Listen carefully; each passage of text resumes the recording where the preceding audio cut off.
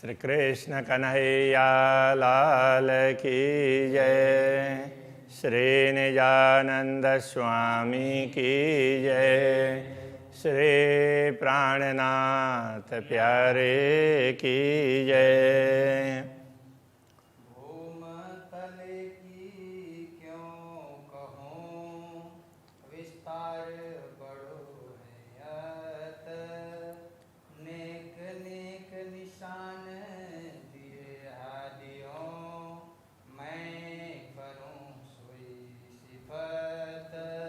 मैं करूं सोई सिफत। श्री कृष्ण कन्हैया लाल की। आज से सागर ग्रंथ आरंभ होता है।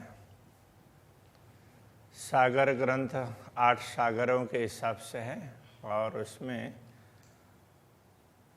8 सागर यहाँ मूल मिलावा के अंदर ही हम कैसे 8 सागरों का अनुभव करते हैं वो समझाया गया है। बाकी 8 सागर 8 जिमी तो वो हैं, तो इन सागरों के प्रतीक हैं, किंतु मूल रूप से तो पूर्ण ब्रह्म परमात्मा जहाँ होते हैं तो वहाँ फिर श्यामा जी भी होंगे और ब्रह्म आत्माएँ भी होंगी। तो इतने में ही उनसे ही सारे 8 सागर हैं। तो मूल मिलाव में विराजमान हैं, तो किस प्रकार से 8 सागर हैं वो बात यहाँ समझाते हैं। पहले प्रथम सागर की बात करेंगे तो वो नूर का सागर। नूर का अर्थ होता है प्रकाश। तो ये प्रकाश किस चीज़ का है? तो अक्षरातीत धामधनी का प्रकाश से उनका सौंदर्य है, तो उनकी शोभा का ये प्रकाश है। उनकी शोभा यहाँ पर समझाएंगे, क्योंकि उनसे ही सब कुछ है। तो वो बात इस प्रथम प्रकरण में समझा रहे हैं। तो पहले तो मूल मिलावा की बात करेंगे, प्रथम भूमिका की। रंग भवन के अंदर प्रथम भूमिका में मूल मिलावा है, तो उसका ही वर्णन करेंगे। तो वहाँ किस प्रकार से मूल मिलावा की शोभा है, कैसे सिंहासन है, कैसे चबूतरा है, कैसे स्तंभ है। तो ये सारी शोभा किसकी है? तो इतनी सुंदर शोभा है मूल मिलावे की। तो ये समझाना चाह रहे हैं, ये अक्षरातीत धामधनी की शोभा है। पूरे परमधाम की शोभा उनकी ही होती है, इस प्रकार से समझ लेना होता है। तो प्रथम भूमिका से आरंभ करते हैं। भौम तले की क्यों कहूँ, विस्तार बड़ो है आता। तो प्रथम भूमिका की बात क्या कहें, तो आरंभ है। प्रथम भूमिका में तो बहुत बड़ा स्थान है ना, बहुत अलग अलग स्थान है। तो उनमें से अब मूल मिलावा का वर्णन करना है। तो जहाँ कहीं भी भौम तले की बात आएगी तो ये समझना पड़ेगा कि वहाँ मुख्य मूल मिलावा है। तो प्रथम भूमिका की बात आती है तो मूल मिलावा ही समझना चाहिए। भौम तले की निरखी छवि न्यारी बोलते हैं ना, तो मूल मिलावा में जो स्वरूप है तो उनकी छवि है वो विशिष्ट प्रकार की है। तो ये मूल मिलावा की बात कर रहे हैं। बाकी 28 स्तंभ का चौक है, वो भी प्रथम भूमिका में ही, वो भी विशेष है। रसोई की हवेली है, वो भी विशेष है। उनका वर्णन करेंगे तो उनका नाम लेकर के वर्णन करेंगे। तो यहाँ प्रथम भूमिका की बात करेंगे तो वो मूल मिलावा की बात होती है। तो इस प्रकार समझना चाहिए। इसलिए जैसे प्रातःकालीन स्वरूप में भी बोलते हैं ना, श्री राज श्री ठाकुरानी जी प्रथम भौम में विराजमान भये। तो अब वो प्रथम भौम कौन सा है? तो प्रथम भौम में तो बहुत स्थान है, कहाँ पर विराजमान है? तो वो मूल मिलावा के लिए है। इसलिए हमेशा इस प्रकार से ये वर्णन की एक शैली है। तो प्रथम भौम कहेंगे तो वहाँ विशेष मूल मिलावा है, इसलिए पहले विशेष की बात होगी, फिर औरों को समझना चाहिए, ये कहना चाह रहे हैं। तो मूल मिलावे की शोभा का वर्णन कैसे करें? विस्तार बड़ो है आता, इसका विस्तार बहुत बड़ा है। आता है अति से, अति रस्वती होता है। वैसे वो प्रास मिलाने के हिसाब से अतः का अर्थ यहाँ पर अति करना चाहिए। बहुत बड़ा, अति का अर्थ बहुत बहुत बड़ा, उसका विस्तार है, बहुत बड़ा है, उसकी शोभा बहुत ज़्यादा है। नेक अनेक निशान दिए हा दिए, सतगुरु ने हमें थोड़े थोड़े निशान दिए, कुछ समझाया है, ये ऐसा है ऐसा है करके। ऐसा कहते भी हैं कि ये श्री राज श्री ठकुरान जी प्रथम मोह में विराजमान भये, तहाँ कंचन रंग को सिंहासन, ये सारा तो वो सतगुरु ने जिस प्रकार से बताया था शब्दशः वही है, ऐसा कहा जाता है। मैं करूँ सोई सिफत, मैं उसी की शोभा का वर्णन करता हूँ। सिफत का अर्थ महिमा भी है और उसी शोभा को मैं बताने जा रहा हूँ। 64 थंब चबूतरा, तो मूल मिलावे की हवेली में क्या है कि बीच में चबूतरा है, उसके किनारे में 64 स्तंभ हैं। दरवाजे तखत वर्णन, तो उसमें दरवाज़ा है, चार तरफ 4 दरवाजे हैं, बीच में सिंहासन है और उसका भी वर्णन करके सतगुरु ने समझाया है। रूह मोमिन हो सो देखियो, जो ब्रह्मात्माएँ हैं, वो जो ब्रह्मात्माएँ होंगी वो जरूर इसको देख रहे हैं, देखने का प्रयत्न करें करके दिल रोशन, इन बातों से अपने हृदय को प्रकाशित करके, तारतम ज्ञान से हृदय को प्रकाशित करें, क्योंकि ये वो तारतम ज्ञान ही है जो कुछ भी समझा रहे हैं। तो मूल मिलावे की बात समझा रहे हैं, सतगुरु ने जिस प्रकार से समझाया है तो उसको ब्रह्मात्माएँ उसको ग्रहण करती है तो उनका हृदय प्रकाशित होगा, उससे समझ में आएगी। तो ब्रह्मात्माएँ होंगी तो देख भी पाएंगी, इसलिए कहते हैं ब्रह्मात्माएँ हों तो वो जरूर देखें। अब दूसरा उदाहरण रसूल का दे रहे हैं। मेराज हुआ मोहम्मद पर, जब रसूल को दर्शन हुए, पहुँचा हक हजूर, उस समय उसको ऐसा फील हुआ कि वो जिब्रील फरिश्ता उनको लेकर के गया और अंततोगत वो पहुँचे तो खुदा के पास पहुँचे। सो शायद दई मोहम्मद, तो उन्होंने भी ये साक्षी दी है कि मैं वहाँ पहुँचा। सो मोमिन करे मजकूर, मजकूर का अर्थ होता है चर्चा, बातचीत। तो ब्रह्मात्माएँ तो इसको भी, इसकी भी चर्चा करेंगी। कहने का तात्पर्य देखो, तो साक्षी हमें तो रसूल मोहम्मद के माध्यम से भी मिला, और ऐसे विभिन्न धर्म ग्रंथ हैं जो साक्षी देंगे। तो ब्रह्मात्माएँ होती हैं तो उनको जहाँ कहीं भी ऐसा थोड़ा सा मिलता है तो उनको लगता है कि यहाँ हमें परमधाम की साक्षी दी गई है, ऐसा लगेगा। दूसरों को ख्याल भी नहीं आएगा कि यहाँ कुछ परमधाम की बात कही गई है, ऐसा है। सो रूहें अरश दरगाह की कही मोहम्मद 12,000, तो रसूल ने तो ये परमधाम की आत्माएं उनको 12,000 ऐसा बताया है उन्होंने भी। दे शायदी गिरो मोहम्मदी, जाको वतन नूर के पार, तो ये मोहम्मदी गिरोह कहने से कि ये है कि मोहम्मद ने जिस गिरोह की, जिस समूह की बात कही है, वो ब्रह्मात्माओं के समूह की बात कही है कि वो ब्रह्मात्माएँ क़यामत के समय पर आएंगी, परमात्मा उनके लिए आएंगे, इस प्रकार से बताया है। वो ब्रह्मात्माओं का समूह ही है, उन्होंने जो जिसके लिए कहा है तो वो ब्रह्मात्माएँ हैं, वो साक्षी देंगी सबको। ऐसा परमधाम है, ऐसा मूल मिलाव है, ऐसे ब्रह्मात्माएँ हैं, ऐसे पूर्ण ब्रह्म परमात्मा हैं, सबके साक्षी वो ब्रह्मात्माएँ देंगी। जाको वतन नूर के पार, जिनका वतन है वो अक्षर से भी परे, अक्षरातीत है।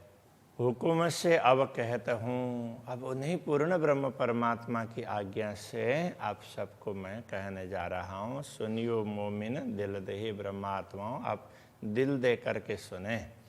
हक सहुरे विचारियो, पूर्ण ब्रह्म परमात्मा ने ज्ञान दिया है, ये ब्रह्म ज्ञान तारतम ज्ञान उनका दिया हुआ है। इस पर थोड़ा सा विचार करोगे तो विवेक आ जाएगा, बुद्धि आ जाएगी। तो इस बुद्धि से विचार करना। हक शोभा दई तुम्हें, पूर्ण ब्रह्म परमात्मा ने ये शोभा तुम्हें ही दी है, दूसरे लोगों को ये शोभा नहीं दी है। दूसरी आत्माएं भी हैं धाम की आत्माएं, अविनाशी धाम की आत्माओं में ईश्वरी सृष्टि भी है, किंतु वो रंग भवन का वर्णन नहीं कर पाएंगी, परमधाम की लीलाओं का वर्णन नहीं कर पाएंगी। तो ये तो आपको ही शोभा दी है, तो इसलिए ये करना। हक़ अरश किया दिल मोमिन, पूर्ण ब्रह्म परमात्मा ने ब्रह्मात्माओं के हृदय को ही परमधाम बनाया है। सो मता आया का दिल से, और ऐसे ब्रह्मात्माओं को समझाने के लिए जो ज्ञान आया है वो भी परमधाम से, अक्षरातीत धनी के दिल से आया है। तुम्हें ऐसी बढ़ाई हक़ लिखी, पूर्ण ब्रह्म परमात्मा ने तुम्हारी ऐसी बढ़ाई, ऐसी महिमा बताई है तुम्हारी विशेषता के विषय में। हाय हाय मोमिन गल ना गए इनमें। जो ब्रह्मात्मा ये बात सुनती हैं तो उनको तुरंत द्रवित हो जाना चाहिए। द्रवित होने का तात्पर्य उनको लगना चाहिए कि अरे कि हम इतनी शोभा दी है तो हमें तो अक्षरातीत को तुरंत पहचानना चाहिए, उनके साथ में हमारा इतना बड़ा संबंध है, तो वो संबंध को उसी प्रकार से निभाना चाहिए, ये ख्याल होना चाहिए। और न हो तो बड़े खेद की बात है कि ब्रह्म ये सुन करके भी किसी का हृदय द्रवित नहीं हो रहा है। नूर सिफत द्वार सन्मुख और नूर द्वार पिछल। तो अब मूल मिलावा का वर्णन करना चाहते हैं। नूर सिफत द्वार सन्मुख, सम्मुख द्वार के सम्मुख कहने से पूर्व दिशा कहना पड़ेगा। अक्षरातीत धामधनी विराजमान हो और जिधर की ओर मुँह कर रहे हैं तो वो पूर्व दिशा है। तो पूर्व दिशा के द्वार के संदर्भ में बता रहे हैं। नूर सिफत द्वार सन्मुख, तो एक तो सामने द्वार है, सन्मुख में द्वार है, तो उसकी महिमा बताई है। और नूर द्वार पिछल, तो दूसरा द्वार पीछे है उनके, तो उसकी भी महिमा बताई है। और एक दाएं बाएं, एक दाईं ओर है और दूसरा बाईं ओर है, तो ऐसे चार द्वार हैं। हुआ विवरण चारों मिला, ऐसे चारों द्वारों का विवरण समझाया है। शोभित द्वार सन्मुख का, सामने का द्वार है पूर्व दिशा का, वो किस प्रकार से सुशोभित है, तो उसके लिए कहते हैं नूर थंब 5 के दोए।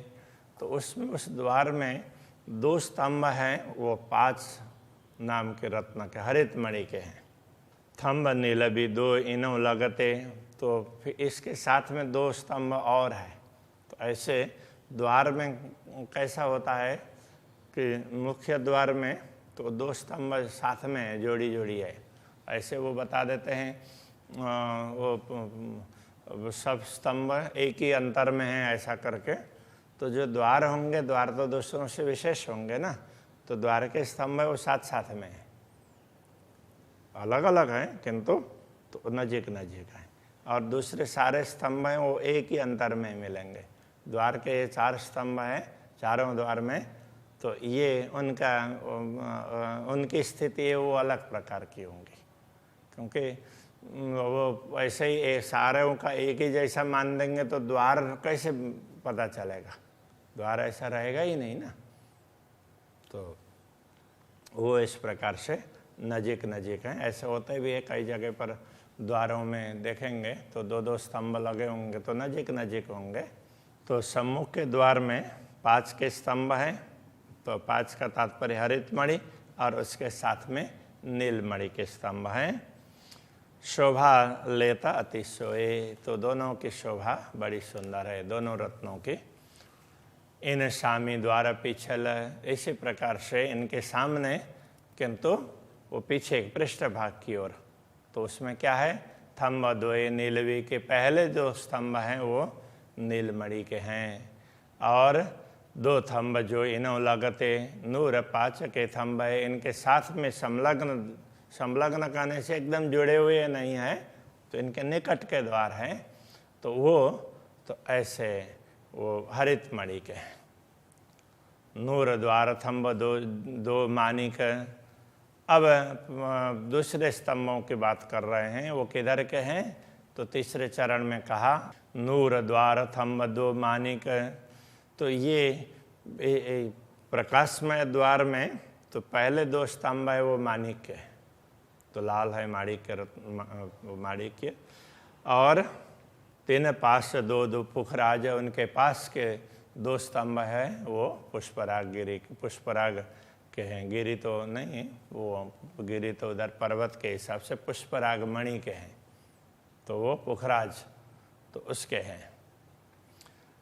ये द्वार तरफ दाहिनी, ये दाहिनी तरफ का द्वार है। रया नूर इत विराज, तो ये भी बड़ा चमकता है, इससे भी प्रकाश निकलता है। तरफ बाईं द्वार पुखराजी, तो बाईं तरफ का द्वार है तो उसमें वो पुष्पराग मणि के द्वार है, पुखराज के द्वार है। पुखराज वो पीला होता है। दो मानिक थंब तिन पास, पीला एकदम ऐसा पीला नहीं है, तो वो हल्का पीला होगा। दो मानिक थंब तिन पास, उनके पास के स्तंभ है वो माणिक्य के हैं। चार थंब नूर सरभर, इस प्रकार ये चारों स्तंभ हैं वो प्रकाश से परिपूर्ण है। ये अद्भुत नूर खूबी खास, तो इनकी खूबी है, इनसे जो प्रकाश निकलता है वो भी एक विशेष प्रकार का है, साथ में लाल और पीला, तो ये प्रकाश होंगे। तो वो दोनों तरफ में बस वो अल्टरनेट है, तो एक तरफ में अंदर का स्तंभ वो बाईं तरफ में पुखराज का है और दाईं तरफ में माणिक्य का है। इसी तरह से पूर्व और पश्चिम में भी, तो पूर्व में हरितमणि का है और पश्चिम में नीलमणि का है। तो इस प्रकार से तो ये स्तंभ हैं चारों द्वारों के। नूर चारों पौरी बराबर, ये चारों पौरी, तो चारों पौरी कहने से तो चारों के कमान, तो वो तोरण है वो भी बहुत सुंदर है, चारों की एक जैसी कमान है। जो करता है झलकार, तो उससे भी वो उससे भी वो झलकार, उससे भी वो प्रकाश, उससे भी किरणें निकलती रहती है।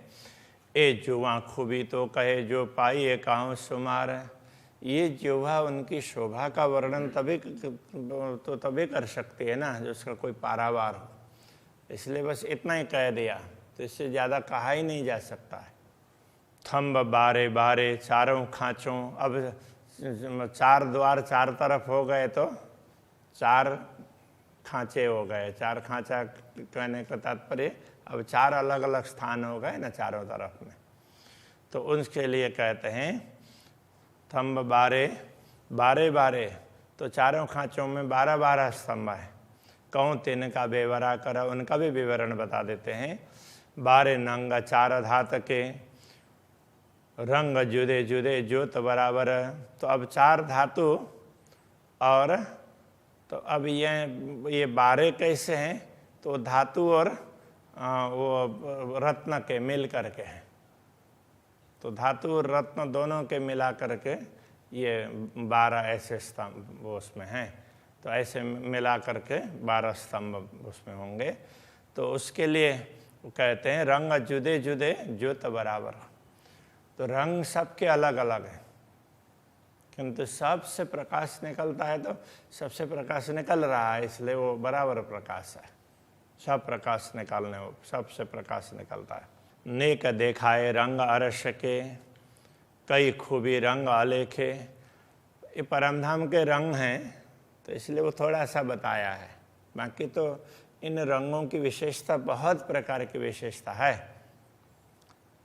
रूह शौर करे हक इल में, हक देखाए देखे, तो ब्रह्मा आत्माएं यदि तारतम ज्ञान ब्रह्म ज्ञान से विचार करेंगे, चिंतन करेंगे, तो उनको अक्षराते धाम धनी दिखाएंगे, तो उनको ये सारा दिखने लग जाएगा।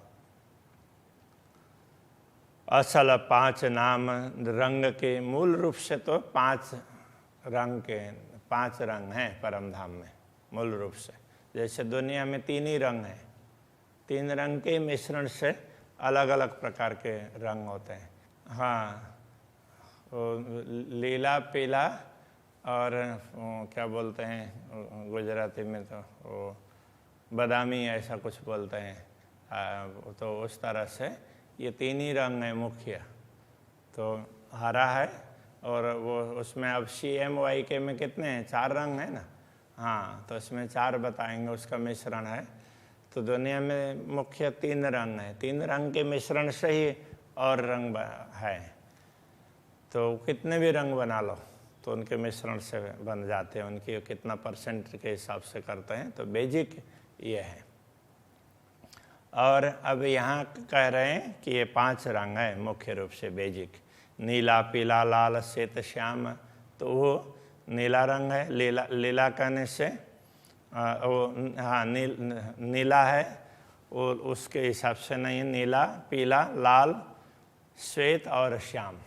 तो श्याम कहने से एकदम काला ऐसा नहीं है, वो मिश्रण से काला होता है। तो श्याम है थोड़ा सा उज्जवल नहीं है, थोड़ा सा वो अंधेरा है। तो उस प्रकार से एक एक रंग में कई रंग, एक एक रंग में मिश्रित करने से कई रंग निकल जाएंगे। सो क्यों कहे जाए बिना नाम, तो उनको कितने नामों से बताएं, तो उनका कैसे कहें, उनका इतने होंगे कि जिनका नाम देना ही मुश्किल हो जाएगा। इसलिए अब उनको बिना नाम क्या बताएं। देखो 64 थंब चबूतरा, अब 64 चबूतरा, 64 थंब युक्त इस चबूतरे को देखो। रंग नंग अनेक अरस, इसमें जो रंग हैं वो अनेक रंग हैं, वो परमधाम के रत्नों के रंग हैं। नाम लिए न जाए रंगों के नाम लिए नहीं जा सकते, इतने अधिक रंग हैं। रंग एक पे और सरस, एक से एक सरस है। ये जिसको देखें वही विशेष लगता है। एक को देखने के बाद में दूसरा देखते हैं तो वो और ज़्यादा विशेष ऐसा लगता है। मैं तो नाम लेत जबेरों, जानो बहुत नाम लिए जाए। मैं तो नाम भी बता दूं, किंतु बहुत नाम होंगे, असंख्य नाम होंगे। इसलिए नंग नाम धात कहे बिना, रंग नाम आवे न जुबाएं। किंतु कुछ कहे बिना कुछ तो कहना पड़ेगा। इसलिए नंग नाम धात कहे बिना, धातु और रत्न दोनों के नाम कहे बिना रंग नाम आवे न जुबाएं। उनके रंग का उसमें नाम उनका रंग अपने उसमें बताया नहीं जा सकता है, कि दुनिया के हिसाब से थोड़ा सा समझाना पड़ेगा। ये कहने का तात्पर्य है। वो तो असंख्य है जिनका नाम लेना मुश्किल है, फिर भी मुझे बताना पड़ रहा है, तो वो ब्रह्मात्माओं के दिल में आ जाए, इसके हिसाब से कहने का तात्पर्य ये है। एक ही रस के सब रंग, वैसे देखा जाए तो ये सारे रंग हैं मूल रूप से एक ही रस के। वो कौन सा रस है? तो वो प्रेम रस है, वो प्रकाश, या तो प्रकाश, सब प्रकाश से ही प्रकाश होगा ना। तो वो नूर के ही हैं, सब प्रकाश से। वो नूर किसका है? तो श्री राज्य का है, श्री राज्य की शोभा। इसलिए तो पहले नूर सागर की बात कर रहे हैं। तो वो सब एक ही उसके हैं। करे जुदे जुदे झलकार, किंतु वो अलग अलग प्रकाश निकालते हैं। रंग नंग धात तो कहिए, जो आवे कहूँ सुमार। तो ये अलग अलग रत्नों के और अलग अलग धातुओं के रंग तो तभी कहे जा सकते हैं जब उनका कोई पारावार हो। मूल रूप से तो ये कहा था ना, तो एक ही उसका एक ही जवेर का अरस ऐसा करके कहा ना, एक ही उसमें रत्न का धाम है ऐसा करके। तो एक होते हुए भी अनेक हैं, तो ये एक क्या है? तो वो कहना चाहते हैं ये नूर है, ये प्रकाश से पूर्ण ब्रह्म परमात्मा का प्रकाश है। उसी से सब प्रकाशित होते हैं, सब में प्रकाश है, वो उनका ही है। वो सबका अलग अलग ऐसा नहीं है, उनका ही प्रकाश सबके द्वारा व्यक्त हो रहा है अलग अलग रंग में। पर हृदय आवने रूहों के मैं कई विध करत बयान। ब्रह्मात्माओं के हृदय में ये बात आ जाए, अंकित हो जाए, इसके लिए मैं कई प्रकार से बता देता हूँ। ना तो क्यों कहूँ रंग नंग धात की, अन्यथा ये धातु अथवा रत्न उनके रंग का क्या वर्णन हो सकता है। ये तो खिलवत बका सुभान, ये तो अखंड दिव्य परमधाम का भी एकांत स्थान है, ब्रह्मात्माओं को बैठा करके बातचीत करने का स्थान है। ऐसे में ऐसे स्थान का वर्णन कैसे हो सकता है? अर्श धातना, रंग नंग, रेशम, परम धाम के धातु और रत्न और रेशम, जिसे वस्त्र वगैरह उसके लिए रेशम कहा है। तो इन सब का ना रंग वो बताना मुश्किल है। जित नया न पुराना होए, तो जहाँ न तो नया होता है पुराना होता है, जो है वो ऐसे ही एक रस है, इसलिए उनका अलग अलग बताना मुश्किल होता है। जित पैदा कछु नया नहीं, जहाँ कोई नया पैदा नहीं होता। और जित क्यों नाम धरे जाए सोए, तो जहाँ न तो नया पैदा होता है और न कोई पुराना होता है, तो इसलिए वहाँ नाम कैसे रखा जा सकता है? फिर भी बताने के लिए ये सब समझाया है। हेम जवेर या जो कछु सो सब जिमी पैदास,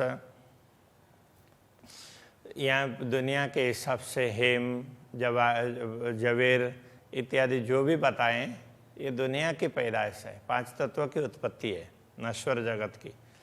3 नाम पैदाइश के क्यों कहिए, जित पैदा न नाश, तो जो पैदाश से सृष्टि की वस्तुओं का नाम लेकर के जहाँ पैदाश ही नहीं होती है, तो जो नया बनता ही नहीं है, पुराना होता ही नहीं है, ऐसा का वर्णन कैसे हो सकता है? तो ऐसा हो ही नहीं सकता। फिर भी अब वो कह देना पड़ता है। थंब और चीज ना आवे शब्द में, तो परमधाम का तो कोई पारावार ही नहीं है। अब यहाँ जैसे समझ सकते हैं उस हिसाब से बताना पड़ता है। तो थंब और चीज ना आवे शब्द में, थंब और चीज कोई वस्तु शब्द में नहीं आते हैं। कर मोमिनो देखो सहूर, ब्रह्म आत्माएं विचार करके चिंतन करके विवेक से समझ सकती हैं। अरस वाणी देख विचारिए, परमधाम के वचनों को देख करके विचार करें, तब हृदय होए जहूरा, तब हृदय प्रकाशित होगा। नाम निमुना इत झूठा है, दुनिया में जो भी नाम है अथवा उदाहरण है वो झूठ है। तो भी तीन पर होत सबूत, क्योंकि उन्हीं के माध्यम से अब परमधाम को बताया जा सकता है। दुनिया में बताना है ना, इसलिए उनसे ही सिद्ध होता है। साबुत का तात्पर्य उनसे ही साबित होता है। जोत झूठी देख नाशुत की अधिक है मलकूत। अब वो दुनिया का वर्णन समझा रहे हैं। देखो दुनिया के जो दुनिया का प्रकाश है, दुनिया की चमक है इस नश्वर जगत में भी, इस मृत्यु लोक की, तो उसमें उससे ज़्यादा है, अधिक है मलकुत। वैकुंठ का प्रकाश ज़्यादा है। सो मलकुत पैदा फना पल में, ऐसे मलकुत को भी क्षण मात्र में बनाते हैं और मिटाते हैं। तो ऐसे कई करता खाबंद जबरूत, जबरूत के अक्षरधाम के स्वामी अक्षर ब्रह्म ऐसा कर देते हैं। सो रोशनी निमुना देख के पीछे देखो अरस लाहूत। अब ऐसे अक्षरधाम के प्रकाश को देख लो तो उससे भी ज़्यादा परमधाम का है, उस हिसाब से विचार करके समझ लो। इन विध सौर जो कीजिए, इस प्रकार से आप चिंतन करेंगे तो कछु तब आवे रूह लज्जत, तब आत्मा को कुछ न कुछ उसका स्वाद मिलेगा, मतलब कुछ समझ में आएगी। और भात निमुना ना बने, ये तो अरस अजीम खिलवत। बाकी दूसरा तो कोई उदाहरण बनता नहीं है, क्योंकि ये तो दिव्य परमधाम का भी वो खिलवत है, एकांत स्थल है। तो जहाँ बैठ करके अक्षराते धामधनी अपने ब्रह्मात्माओं के साथ में लाड़ की बात करते हैं, सबको लाड़ लड़ाते हैं, ऐसा दिव्य स्थान है। तो उसका वर्णन कैसे हो सकता है? इस प्रकार से उदाहरण समझ लेना चाहिए, ऐसा कह रहे हैं। श्री कृष्ण कन्हैया लाल की जय।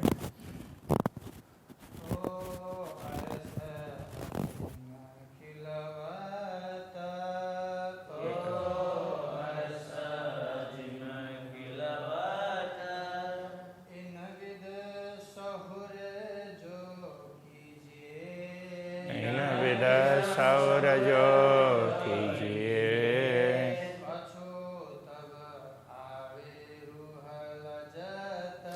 कछु तब आवे रूह लज्जत।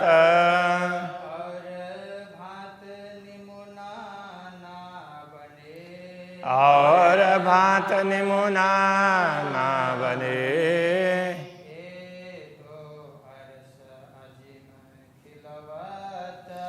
ये तो अरस अजीम खिलवत,